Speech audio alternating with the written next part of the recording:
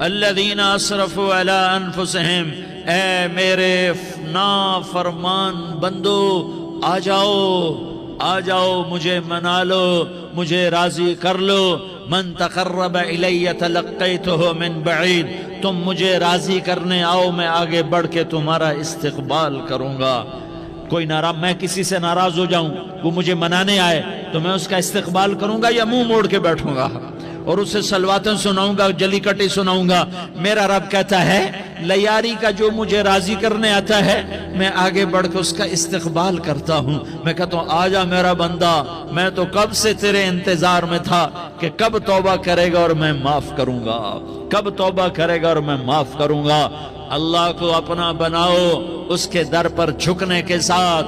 ہمارے گناہوں کی حیثیت ہی کوئی نہیں ہے۔ بنی اسرائیل میں ایک آدمی نے 99 قتل کیے، اس کو خیال آیا میں توبہ کروں، ایک عبادت گزار کے پاس گیا اور اس سے پوچھنے لگا میں نے 99 قتل کیے ہیں، میری توبہ ہو سکتی ہے؟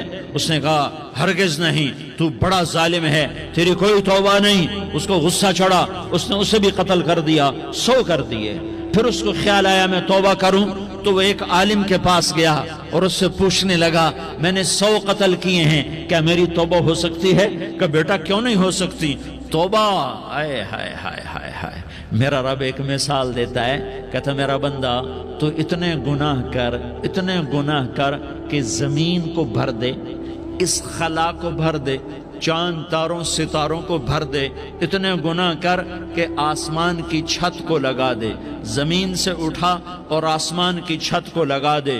اتنے گناہ کرنے کے بعد صرف ایک دفعہ کہہ دے یا اللہ معافی دے دے تو میں سارے ہی معاف کروں گا، سارے معاف کروں گا، ولا ابالی، اور مجھے کوئی پرواہ نہیں ہوگی۔ انہوں نے کہا بیٹا گناہوں کی معافی تو یقیناً ہے لیکن توبہ کا ہونا ضروری ہے، تیری توبہ پکی ہونے کے لیے یہ ماحول چھوڑنا ضروری ہے۔ تو یہ بستی چھوڑ کے اس بستی میں چلا جا، وہاں نیک لوگ رہتے ہیں، ان کی صحبت میں تو رہے گا تو تیری توبہ پکی ہو جائے گی۔ اس نے کہا میری معافی ہو جائے، میری معافی ہو جائے، میں ہر کام کرنے کو تیار ہوں۔ بوریا بستر اٹھایا، جو تبلیغ والے کہتے ہیں گھر چھوڑو، لیاری چھوڑو، بستر اٹھاؤ اور چلے کے لیے نکلو، 4 مہینے کے لیے نکلو کہ اپنی توبہ کو پکا کرو، ورنہ ماحول کی گندگی پھر آدمی کو گرا دیتی ہے، پھر گرا دیتی ہے، پھر گرا دیتی ہے۔